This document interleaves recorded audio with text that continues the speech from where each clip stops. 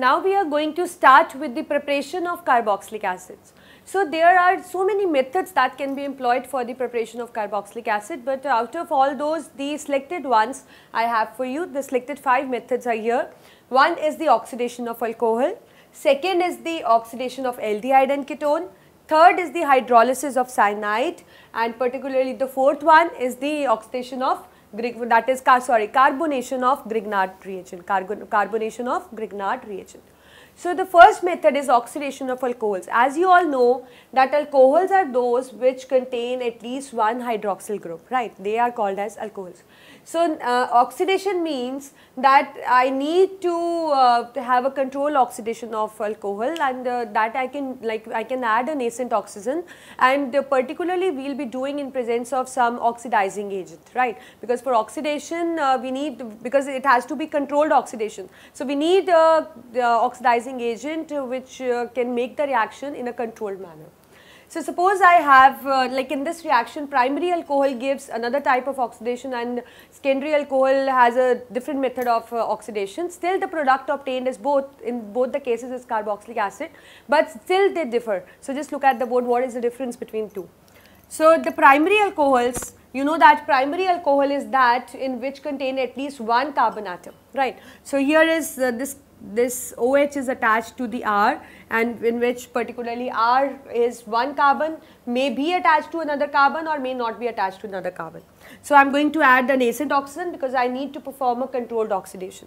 Here I need an oxidizing agent. So particularly the oxidizing agent here used is potassium dichromate and sulfuric acid. So what happened when they both react? They lead to formation of intermediate, that is an aldehyde. Aldehyde is an intermediate, and on further oxidation it yields the carboxylic acid, right. And you have to keep in mind the number of carbon atoms which I'm starting the reaction, and the number of carbon atom which is actually present in R doesn't get changed. The same number of carbon atom is present in the final product. There is no change in the carbon atom. So what is it? It is the oxidation of primary alcohol. You have a primary alcohol. We add nascent oxygen in presence of oxidizing agent. Particularly it is potassium dichromate and sulfuric acid. It leads to formation of intermediate, that is an aldehyde, which on further oxidation produce carboxylic acid. There is no change in number of atoms, carbon atoms in a chain. And we can also replace this potassium dichromate with potassium permanganate as well, because both are almost same type of oxidizing agent. So here I have an aromatic compound, right. So this is my aromatic alcohol. I am adding potassium permanganate. What happened again? This get transforms into a aldehyde, that is it becomes benzaldehyde, and on further oxidation it forms a benzoic acid. So in the same way you can do it for an aliphatic one, and in the same way you can do it for the aromatic one. But if I use, instead of primary alcohol I use secondary alcohol, then what happens? In this secondary alcohol the general method of carrying out the reaction remains the same. The only difference lies is that here our intermediate was an aldehyde and here our intermediate is going to be ketone. And there is one more major difference, as I told you that in this case the number of carbon atom in a carboxylic acid compound is same as that was present in alcohol. But here the number of carbon atom present in a carboxylic acid which is obtained by the oxidation of secondary alcohol is one carbon less as compared to the alcohol, secondary alcohol which I took. For example, I have this thing, this is my 2-propanol. I just oxidize it, I get a ketone, particularly propanone, and when I further oxidize I get an ethanoic acid. So as you can see that here one carbon less is present.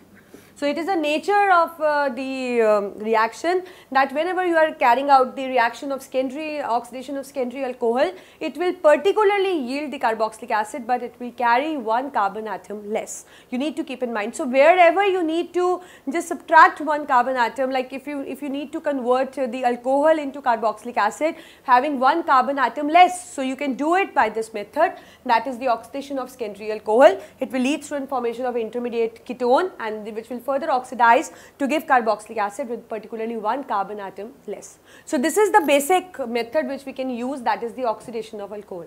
I think it's clear. So if somebody is going to ask you about like how you can prepare carboxylic acid, so you should be quick with an answer that we can oxidize the alcohol in a controlled manner by using an oxidizing agent. We add nascent oxygen. We can also use the secondary alcohol. So in first case the aldehyde is formed, but if you take a secondary alcohol, then ketone is formed, and here on further oxidation aldehyde forms the carboxylic acid with same number of carbon atoms, but here in this case it formed carboxylic acid with one carbon atom less than present in the alcohol. So this is what is the oxidation. And one more thing, whenever you attempt a question like this, whenever you are preparing some compound, always learn the general formula reactions and then take an example. Suppose I have this general reaction. So if I am well versed with this general reaction, I can write the example anytime. So just look at the board. Suppose this is my ROH. So I can write a example in terms of our compound actually.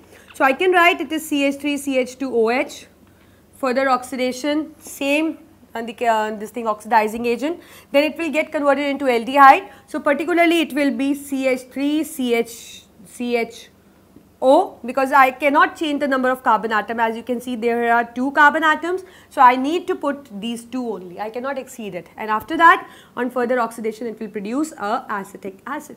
So whenever you are well versed with the general reaction, it is just 1 minute task to write an example for that, because you all are familiar with the general concepts. You know how to write the compounds or how to make the members of the compounds. So likewise, take any member and just try to do a kind of reaction on it also.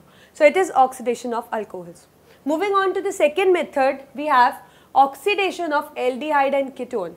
As you have seen in this reaction also, like when we were carrying out oxidation of primary alcohol and oxidation of secondary alcohol, the intermediate was aldehyde and intermediate was ketone, and you further oxidized it, it got converted into carboxylic acid. So we can start with that also as a reactant, that we can carry out the oxidation of aldehyde and ketone as well.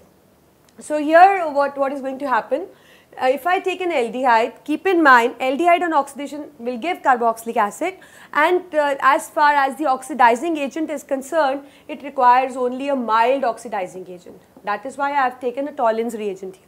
So same number of carbon atoms, suppose it has 2, it will form a carboxylic acid compound with 2 carbon atoms, means the there is no change in the carbon atoms.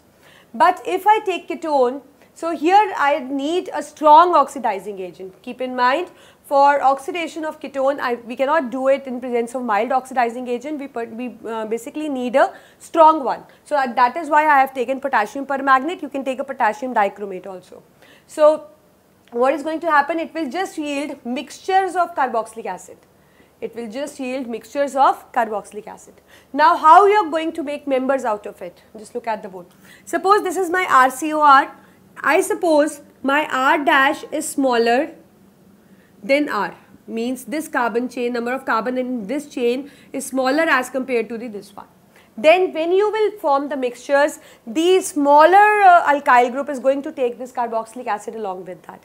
So it will form R dash COOH, and then this R will means the carbon atom of this R will automatically get converted, like one carbon atom of this R will automatically get converted into the carboxylic acid. But the smaller one will take this carbonyl group along with it. Suppose I will write an example for you. Suppose I have CH3, CO, CH2, CH2, CH3. So this is particularly my ketone. That is it is 5, 1, 2, 3, 4, 5. So it is pentan 2-1, right? So now this R is small, so it is going to take this carboxylic acid along. So it will form CH3COH, and in addition to that we have only 3 carbon atom in another R. So out of them one will get converted into carboxylic acid. So we will get CH3CH2COOH.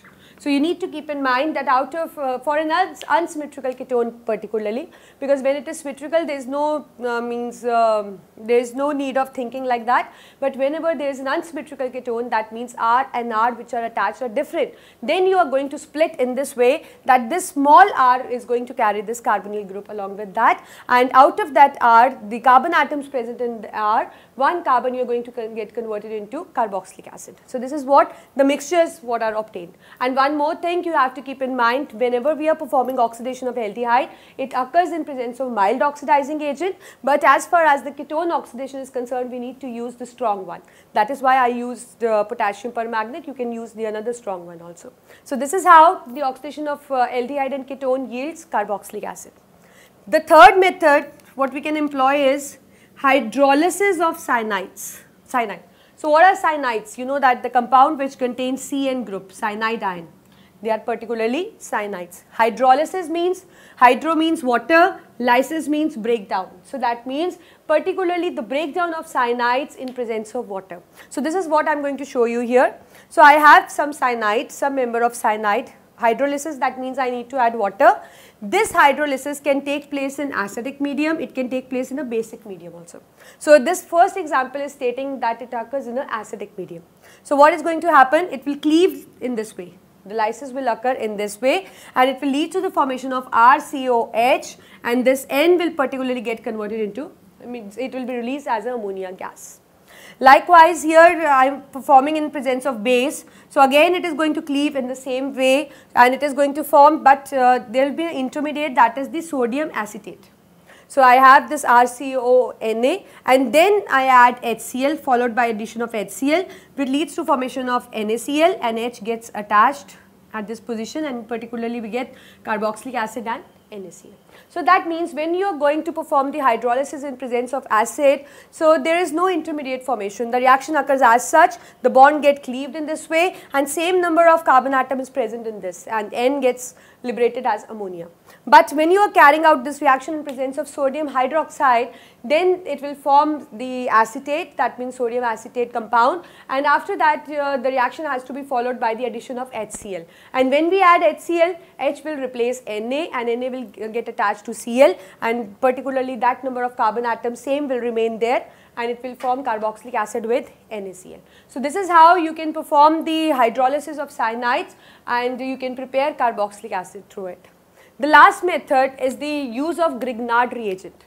As you all know that Grignard reagent is formed when we react alkyl halide with the magnesium. So this is what I have, alkyl halide, I am adding magnesium, it forms a Grignard reagent, that is RMgX. Now I am going to react this Grignard reagent with carbon dioxide. So this is my carbon dioxide. So when I react them, there is an addition reaction in which this 1O bond gets broken up and this gets attached here. So it forms R and this MgX get attached to this point. It forms this, followed by the hydrolysis in presence of acid, and it leads to formation of carboxylic acid with MgOHX. So that means whenever you are doing Grignard reagent, particularly you should know that it occurs through the carbonation of Grignard reagent. So we add Grignard reagent to carbon dioxide, one of the bond between C and O is lost, and as a result R gets attached and MgX get attached to the other side, and then followed by hydrolysis as we did here, followed by hydrolysis in acidic medium, and it will yield carboxylic acid and MgOHX. So particularly these four methods are the important methods which you can employ for the preparation of carboxylic acid. So that is the oxidation of alcohols. You need to, like in this reaction, you need to know that primary alcohols yield different and secondary alcohols yield a different carboxylic acid. There is actually a difference in the number of carbon atom. When you use ketone it is less, and when you use aldehyde it is the same. And second thing is that oxidation of aldehyde and ketone, you need to keep in mind that here the oxidation of aldehyde occurs in mild oxidizing agent and it occurs in a powerful oxidizing agent. And one more thing, if it is a matter of unsymmetrical ketone, then the COO goes with the R which has this smaller carbon chain in it. Hydrolysis of cyanide is the simple one. Well, you can do it in presence of acid and even you can do it in the presence of base. So when you are doing in presence of base, it will lead to the formation of intermediate acetate followed by the addition of HCl. You need to remember that. And for Grignard reagent particularly, you should know that we are going to react the Grignard reagent with carbon dioxide. And as you know this, you know how to perform the reaction and how the relative product is formed. So this is what is the preparation of the carboxylic acid. Now we'll look for the